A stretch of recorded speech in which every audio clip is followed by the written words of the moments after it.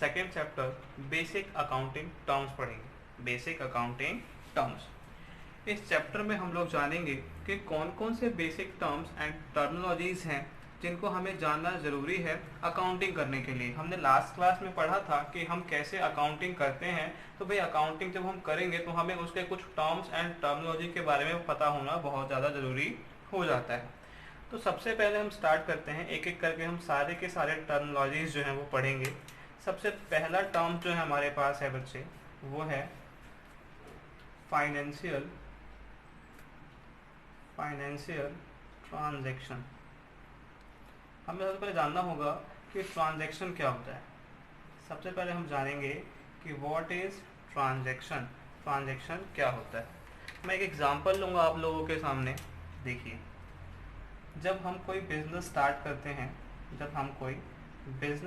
करते हैं तो इस बिज़नेस को स्टार्ट करने के लिए और इस बिज़नेस को रन करने के लिए भी बहुत सारे आदान प्रदान करना पड़ता है। बहुत सारी चीज़ें, हमें बहुत सारे छोटे छोटे ट्रांजैक्शंस करने होते हैं। जैसे हमने गुड्स परचेज किया, सामान खरीदा, है ना, फिर सामान खरीद के सामान को बनाना होता है, सामान को बनाने के बाद सामान को सेल करना होता है, हमें सैलरी पे करनी पड़ती है, हमें भाड़ा किराया देना होता है। जैसे क्या बोलते हैं, जो क्या कहते हैं, भाड़ा और किराया होता है, उसको हम लोग कहते हैं रेंट हो गया। जहाँ पे हम लोग काम कर रहे हैं उसका रेंट हो गया।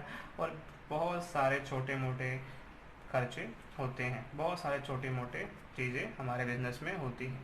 इन सभी चीज़ों को, ऑल दीज एक्टिविटीज़, ये सारी की सारी जो एक्टिविटीज़ होती हैं, है ना, सामान खरीदना, सामान बेचना, सैलरी पे करना, रेंट पे करना, सामान को एक जगह से दूसरी जगह पहुंचाना, ये सारी के सारी जो एक्टिविटीज़ होती है इनको हम क्या कहते हैं, आर कॉल्ड ट्रांजैक्शंस।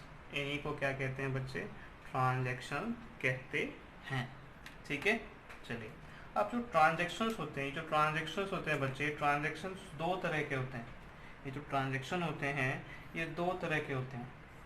जो ट्रांजैक्शन के मोड होते हैं बेटा, पेमेंट का जो मोड होता है वो दो तरीके से किए जाते हैं। एक तो हमारा कैश ट्रांजैक्शन और एक हमारा credit transaction. Cash transaction and credit transaction. बेटा क्रेडिट का मतलब होता है उधार और कैश का मतलब होता है नगद। जब हम कोई सामान खरीदते हैं या फिर बेचते हैं और उसकी पेमेंट हमें इमीडिएटली पेमेंट रिसीव हो जाए या फिर हम इमीडिएटली उसको पे कर दें अगर हम सामान खरीद रहे हैं तो इस तरह के ट्रांजैक्शंस को हम लोग कहते हैं कैश ट्रांजैक्शन। और जब हम किसी को प्रॉमिस करते हैं, प्रॉमिस टू पे एट सम अदर डे, है ना, किसी दूसरे दिन पे करने का प्रॉमिस करते हैं, या फिर कोई हमें कहता है कि आप पैसे जो है वो बाद में लेना, तो हम क्या कहते हैं उस ट्रांजैक्शन को, तो बेटा हम उन ट्रांजैक्शंस को कहते हैं क्रेडिट ट्रांजैक्शन, उधार ट्रांजैक्शंस। ठीक है। फाइनेंशियल ट्रांजैक्शंस आप लोगों को पता है कैसे होते हैं, जो कि बिजनेस से रिलेटेड होते हैं, है ना, पढ़ा था हमने लास्ट चैप्टर में। चलिए, तो ट्रांजैक्शंस क्या होते हैं ये समझ में आगे आप लोगों को। सारी की सारी एक्टिविटी जो एक बिजनेस में की जाती है उसको हम क्या कहते हैं, ट्रांजैक्शन कहते हैं। ठीक है, चलिए। सेकंड क्या है हमारे पास, सेकंड है कैपिटल। सेकंड जो हमारे पास टर्म है बच्चे वो है कैपिटल।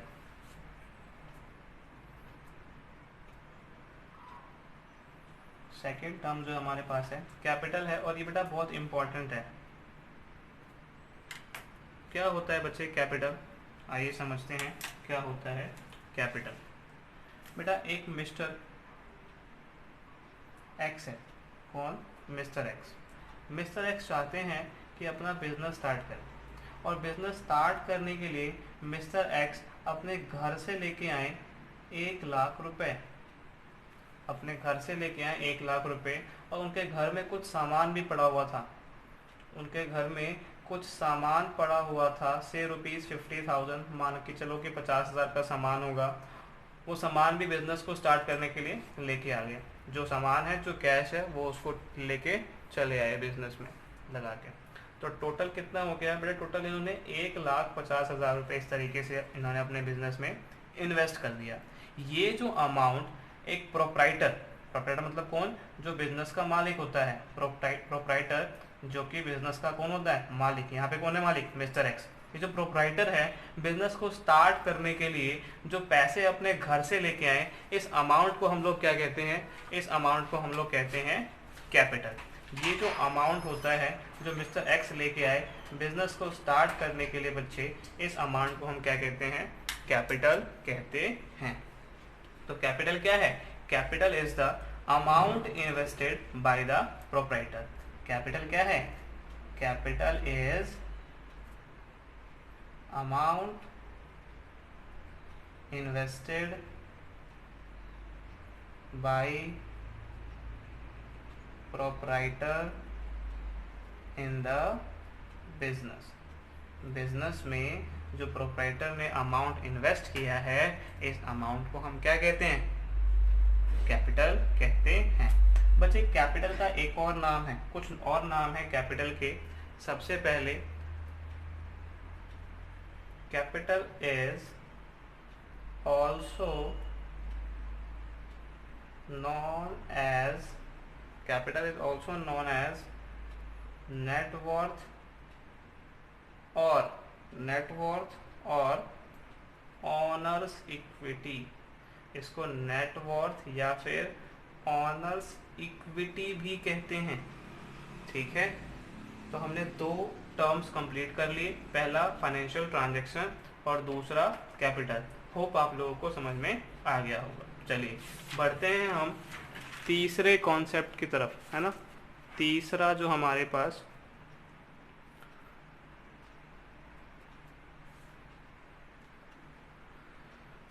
थर्ड टर्म, तीसरा टर्म जो हमें टेकअप करना है आज, वो है बच्चे ड्राइंग्स। थर्ड टर्म जो है हमारे पास वो क्या है? ड्राइंग्स है। क्या होता है ड्राइंग्स? आइए समझते हैं। सबसे पहले अंडरस्टैंडिंग क्या होती है ड्राइंग्स। देखो बच्चों, ये मिस्टर एक्स है, और ये उनका छोटा सा सुखी बिजनेस है ना, उनका बिजनेस है। अब मिस्टर एक्स ने बिजनेस स्टार्ट करने के लिए पैसे लेके आए थे, उनको हमने कैपिटल कह दिया था। अब क्या हुआ? बिजनेस चल रहा है, मिस्टर एक्स को घर में कुछ पैसों की ज़रूरत हुई। बिजनेस चल रहा है, मिस्टर एक्स को घर में कुछ पैसों की ज़रूरत हुई, तो मिस्टर एक्स बिजनेस के पास आए और बिजनेस से क्या किया बच्चे? बिजनेस से विड्रॉ कर लिए। विड्रॉ मतलब क्या होता है बच्चे? विड्रॉ मतलब होता है निकालना, है ना, निकासी कर ली इन्होंने बिजनेस से विड्रॉ कर लिए 50,000 रुपये। इन्होंने 50,000 रुपये बिजनेस से क्या किए? विड्रॉ कर लिए। ठीक है, कैश में विड्रॉ कर लिए, और इनको कुछ सामान जो बिजनेस में बना रहे हैं, कुछ सामान भी इन्होंने बिजनेस से विड्रॉ कर लिया। से ₹20,000 रुपये का सामान था जो कि इनको ज़रूरत थी बिजनेस में, मतलब घर के लिए, चाहे अपने पर्सनल एक्टिविटीज़ के लिए इनको ज़रूरत थी कुछ सामान की भी। तो ये जो कैश और ये जो गुड्स इन्होंने विड्रॉ किए हैं बिजनेस से 70,000 के, इस अमाउंट को हम क्या कहते हैं? इस अमाउंट को बच्चे हम लोग कहते हैं ड्राइंग्स। ठीक है, इस अमाउंट को हम लोग क्या कहते हैं? ड्राइंग्स कहते हैं। अब ड्राइंग्स जो है वो कैश भी हो सकता है और काइंड भी हो सकता है, यानी कि आप ड्राइंग्स जो है उसमें कोई कैश अमाउंट भी निकाल सकते हो, या फिर काइंड में, यानी कि कोई वस्तु भी निकाल के जब आप बिजनेस से ले जाओगे तो उसको भी हम क्या कहेंगे? उसको भी हम ड्राइंग्स ही कहेंगे। तो इस हिसाब से ड्राइंग्स क्या हो गया? Drawing is the amount withdrawn by the proprietor. Drawings is the amount withdrawn by the proprietor, amount या फिर कोई goods withdrawn by the partner for their personal use, है ना। चलिए लिखते हैं ड्राइंग्स क्या होता है। इट रेफर्स टू अमाउंट और गुड्स टेकन या फिर withdrawn bye proprietor for their personal use. ध्यान रखना, जो ड्राइंग्स होती है हमेशा पर्सनल यूज के लिए होती है। अगर वो पैसे कैश जो है बिजनेस से निकाल रहा है, लेकिन वो बिजनेस के काम के लिए कैश निकाल रहा है बच्चे, तो उस अमाउंट को हम लोग ड्राइंग्स नहीं बोलेंगे। उस अमाउंट को हम लोग ड्राइंग्स नहीं बोलेंगे। ड्राइंग्स तभी होगी जब कोई ऑनर जो है वो अपने पर्सनल काम के लिए बिजनेस से कुछ कैश निकाल रहा है या फिर कोई सामान लेके जा रहा है, तो ही उस अमाउंट को या फिर उस सामान को हम क्या बोलेंगे, ड्राइंग्स बोलेंगे। ठीक है, कंप्लीट है। और बच्चे ये जो ड्राइंग्स है ना, ये जो ड्राइंग्स है, ड्राइंग्स रिड्यूसेस द कैपिटल। जो कैपिटल होती है, जो प्रोप्राइटर ने बिजनेस में लगाया होता है, उसको ये जो ड्राइंग है वो क्या कर देता है, रिड्यूस कर देता है। इट मीन्स कम कर देता है। ठीक है, ड्राइंग्स क्या करता है, कैपिटल को रिड्यूस कर देता है। ठीक है बच्चे, चलिए तो तीन कवर कर लिए हमने। तीसरे के बाद फोर्थ जो है हमारे पास, थर्ड हमारा ड्राइंग्स था, नंबर 3 हमारा ड्राइंग्स था, नंबर 4 हमारे पास है बच्चे liabilities.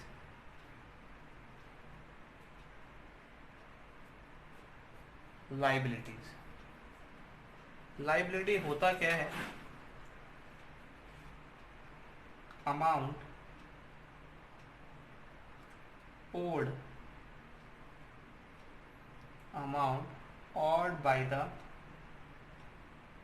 Business, amount owed by the business.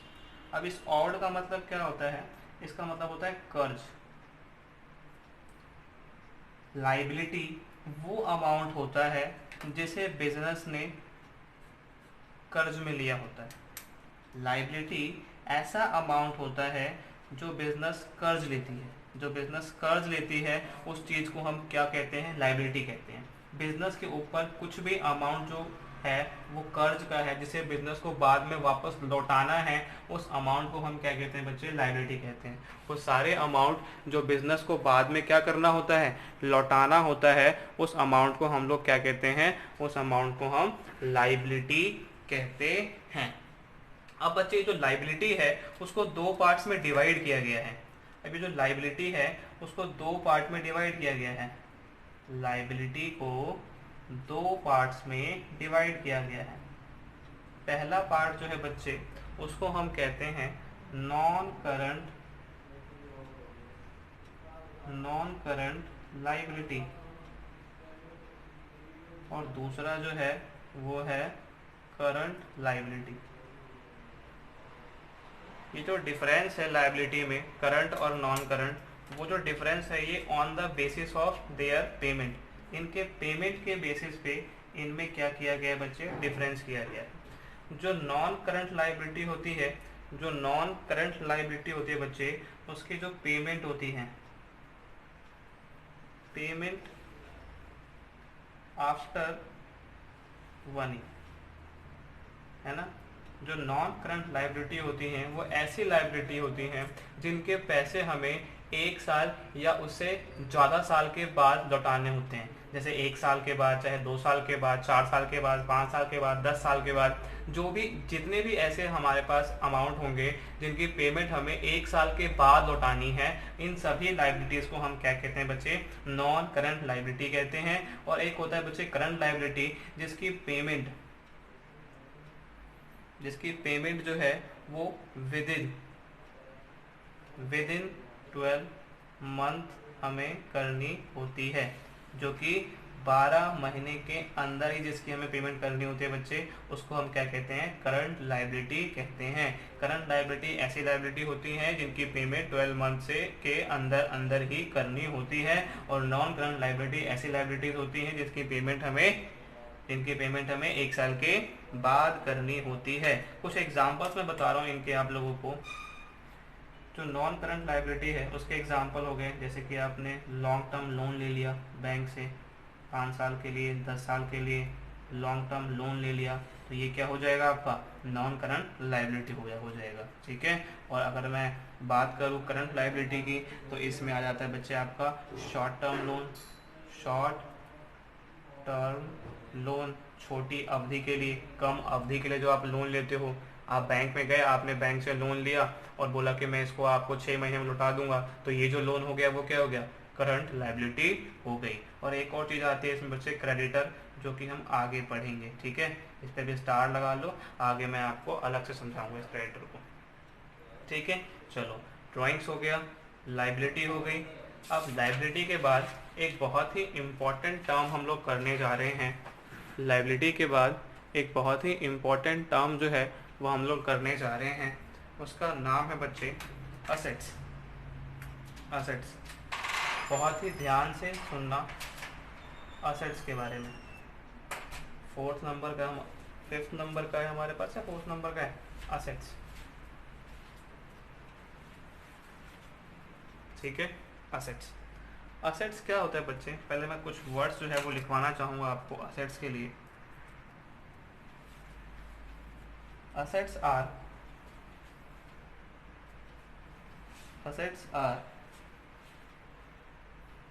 economic, हाँ जी बच्चे, assets are the economic resource of the business। assets क्या है, इकोनॉमिक रिसोर्स हैं बिजनेस के। इकोनॉमिक रिसोर्स क्या, ऐसे रिसोर्सेज जो हमें फ्यूचर में बेनिफिट देते हैं। कैसे बेनिफिट्स, इकोनॉमिक बेनिफिट्स देते हैं। तो ऐसे रिसोर्सेज को हम क्या कहते हैं, असेट्स कहते हैं। फॉर एग्जाम्पल, मैं एग्जाम्पल लूँ असेट्स के बच्चों, तो एसेट्स के जो एग्जाम्पल हैं वो आप अगर बिजनेस के पास कोई बिल्डिंग है तो बिल्डिंग भी क्या है, बिजनेस का असेट्स है। ठीक है, अगर कोई मशीन है बिजनेस के पास तो वो मशीन भी क्या है, बिजनेस का असेट्स है। और भी बहुत चीज़ें जैसे कि फर्नीचर हो गया, जो कैश होता है, ये सारी चीज़ें क्या हैं बच्चे, असेट्स हैं। तो मैंने कुछ थोड़ी बहुत चीज़ें बताई हैं। असेट्स जो होते हैं बहुत सारे होते हैं, जैसे जैसे हम और पढ़ेंगे अकाउंटेंसी को, वैसे वैसे हम असेट्स के बारे में और जानेंगे। अब बच्चे जो असेट्स है, असेट्स को क्लासीफाई किया गया है 3 कैटेगरी में। असेट्स को क्लासीफाई किया गया है बच्चे 3 कैटेगरी में। असेट्स को क्लासीफाई किया गया है अंडर द 3 कैटेगरी। सबसे पहला non current assets, non current assets. दूसरा है करंट असेट्स एंड तीसरा है फिक्टिशियस असेट्स। ठीक है, इन 3 तरीकों से असेट्स को जो है वो क्लासीफाई किया गया है। सबसे पहले हम समझते हैं कि नॉन करंट असेट्स क्या होते हैं। बेटा, नॉन करंट असेट्स ऐसे होते हैं जो नॉट फॉर रीसेल, ऐसे असेट्स जो कि दोबारा बेचने के लिए ना खरीदे गए हों। ऐसे असेट्स जिनको हमने दोबारा बेचने के लिए ना खरीदा हो, इनका काम क्या होता है, इनका काम होता है टू फैसिलिटेट बिजनेस ऑपरेशन। इनका काम होता है कि जो बिजनेस के ऑपरेशंस है उनमें क्या करे, हेल्प करे। जैसे कि मशीन है हमारे पास, तो मशीन क्या करेगा, अगर हमारा काम है बेटा पेन बनाने का, तो वो मशीन जो है वो हमें पेन बनाने में मदद करेगा। जो मैंने मशीन खरीदी है वो मेरी हेल्प करेगा उन पेन को बनाने में। तो क्या हम मशीन जो खरीदते हैं वो दोबारा बेचने के लिए खरीदते हैं? नहीं सर, हम मशीन को बेचने के लिए नहीं खरीदते हैं। ठीक है। दूसरा हो गया बिल्डिंग। क्या बिल्डिंग हम दोबारा से बेचने के लिए खरीदते हैं? नहीं, हम बिल्डिंग इसलिए खरीदते हैं ताकि हम उसमें बिजनेस को अच्छी तरीके से, बिजनेस के ऑपरेशन को कर पाए। ठीक है। तो जो ऐसे एसेट्स हों जिनको हमने दोबारा बेचने के लिए ना खरीदा हो और जो फैसिलिटेट करते हो बिजनेस के ऑपरेशंस को, जो फैसिलिटेट करते हो बिजनेस के ऑपरेशंस को, जो ऐसे एसेट्स होते हैं बच्चे, इनको हम क्या कहते हैं, नॉन करंट एसेट्स होते हैं। एक और चीज, for long term point of view, है ना, जो हम असेट्स खरीदते हैं नॉन करंट असेट्स, वो long term point of view से होता है ना, कि ये लंबे समय तक हमारे साथ रहने वाला है। ठीक है। दूसरा क्या है बच्चे, current assets.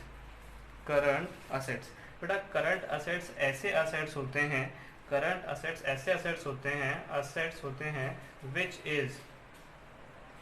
which is converted into cash, जिनको हम कैश में कन्वर्ट कर लेते हैं विद इन 1 ईयर, 1 साल के अंदर अंदर, विद इन 1 ईयर, 1 साल के अंदर अंदर हम जो है करंट असेट्स को कन्वर्ट कर लेते हैं किसमें, कैश में, है ना। करंट असेट्स ऐसे असेट्स होते हैं जिनको हम 1 साल के अंदर अंदर उसको बेच के और पैसे हम ले लेते हैं, ठीक है ना। ये किस लिए होता है, it is for resale purpose, है ना। ये रीसेल पर्पस के लिए होता है, दोबारा बेचने के लिए। जैसे कि मेरा बिजनेस किस चीज़ का था बच्चे, पेन का था।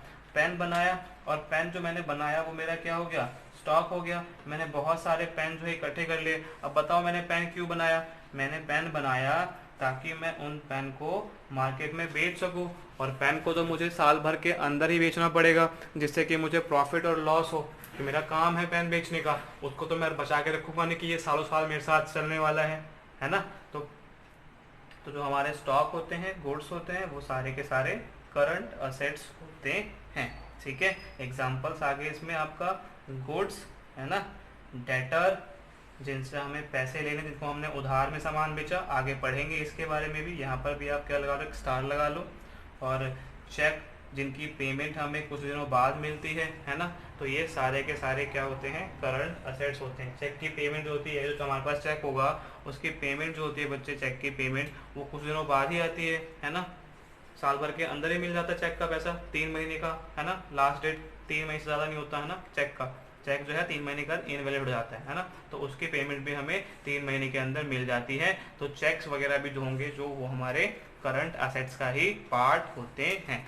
अब ये फिक्टिशियस असेट्स है, इसको बच्चे मैं आपको आगे पढ़ाता हूँ, ठीक है। इस पे भी एक स्टार लगा लो फिक्टिशियस असेट्स के ऊपर। इसको हम आगे पढ़ेंगे, वो भी बहुत विस्तार से पढ़ेंगे, बहुत एक्सप्लेन, बहुत एलेबोरेट करके आगे आपको इसके बारे में मैं बताऊंगा, ठीक है। चलिए, असेट्स को हम 3 तरीके से बांटते हैं बच्चे, non current assets, current assets and fictitious assets, ठीक है।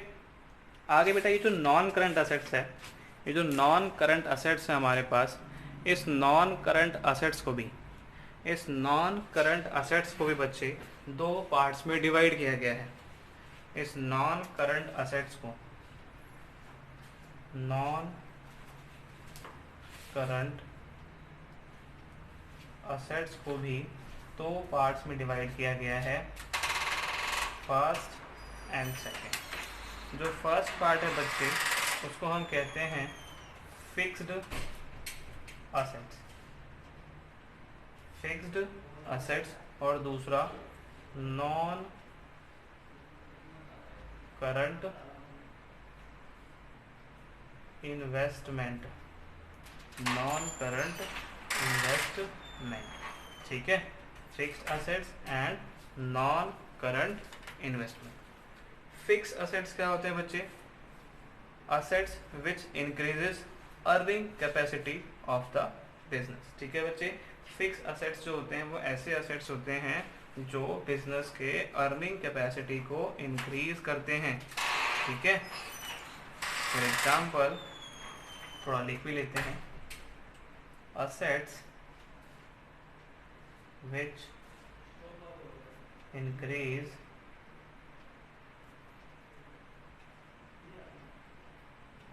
अर्निंग कैपेसिटी ऑफ बिजनेस, जो बिजनेस के अर्निंग कैपेसिटी को बढ़ाते हैं।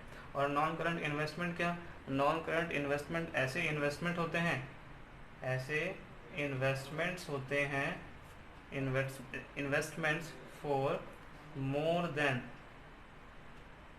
1 ईयर। ऐसे इन्वेस्टमेंट जो हमने 1 साल से ज़्यादा के लिए किए हुए हैं, इनको हम नॉन करंट इन्वेस्टमेंट बोलते हैं।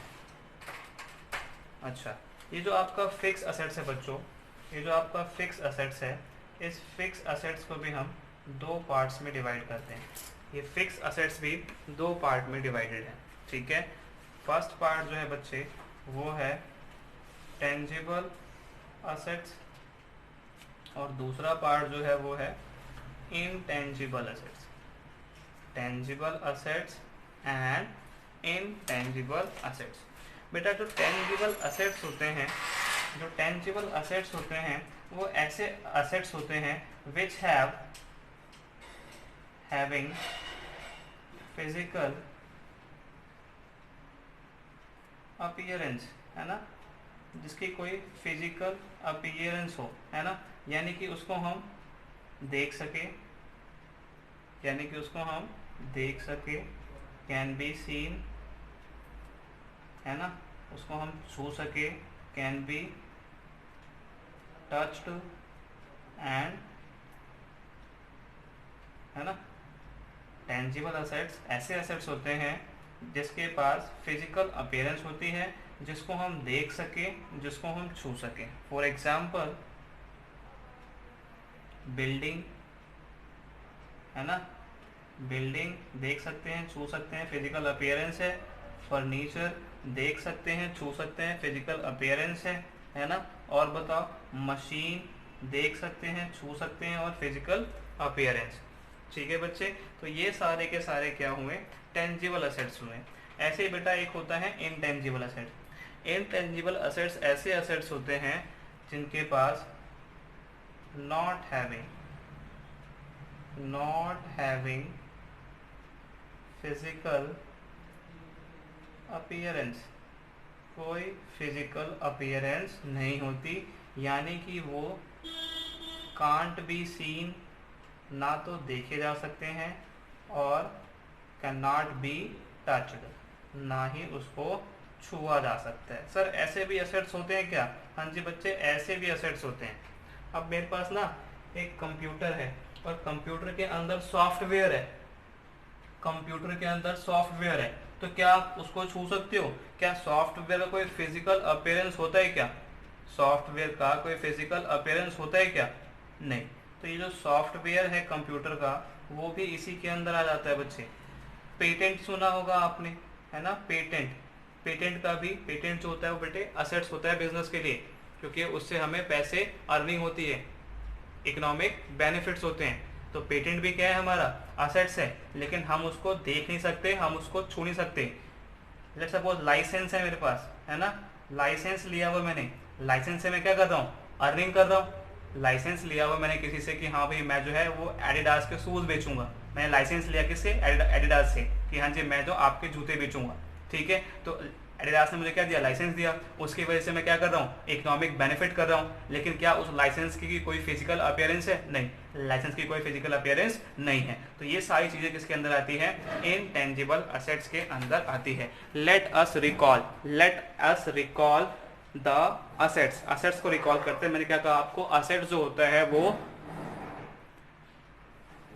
Assets are the resources which gives economic benefits. ऐसे रिसोर्सेज होते हैं जो हमें इकोनॉमिक बेनिफिट देते हैं, ठीक है। असेट्स दो तरह के होते हैं, नॉन करंट असेट्स एंड, तीन तरह के होते हैं, non current assets, current assets and fictitious assets. Non current assets ऐसे असेट्स होते हैं जो कि, नॉन करंट असेट्स ऐसे असेट्स होते हैं जो नॉट फॉर रीसेल, दोबारा बेचने के लिए नहीं होते, टू फैसिलिटेट बिजनेस ऑपरेशन को फैसिलिटेट करने के लिए यूज करते हैं, और वो long term point of view से होते हैं, ठीक है। और जो करंट असेट्स होता है बच्चों, वो कन्वर्ट हो जाता है कैश में with in 1 year. It is for resale. वो किसके लिए होता है, रीसेल पर्पज से होता है, जैसे गुड्स, डेटर, चेक्स एक्सेट्रा। अब जो नॉन करंट असेट्स होता है बच्चे, जो नॉन करंट असेट्स है उसको भी हमने दो पार्ट में डिवाइड किया है, fix assets and non current investment. Fix assets मतलब ऐसे असेट्स जो कि हमारी अर्निंग कैपेसिटी को क्या करे, इंक्रीज करे, ऐसे असेट्स जो हमारी अर्निंग कैपेसिटी को बढ़ाएं, ठीक है। और नॉन करंट इन्वेस्टमेंट क्या होते हैं, non current investment are the investment जो हम 1 साल से ज्यादा के लिए करते हैं। ठीक है। और फिक्स असेट्स को फिर से क्लासिफाई किया गया है 2 पार्ट में, tangible assets and intangible assets. Tangible assets वो असेट्स होते हैं जिसकी कोई फिजिकल अपीयरेंस होती है, जिनको हम देख सके, जिनको हम छू सके, for example building, furniture, machine. और इनटेंजिबल असेट्स ऐसे असेट्स होते हैं जिनकी कोई फिजिकल अपीयरेंस नहीं होती, वो can not be seen, can not be touched, उनको देख नहीं सकते, इनको छू भी नहीं सकते। आगे आने वाले वीडियो में हम और भी बेसिक जो हमने स्टार्ट किया हुआ है बेसिक टर्म्स उसको पढ़ेंगे, ठीक है। अभी के लिए इतना ही।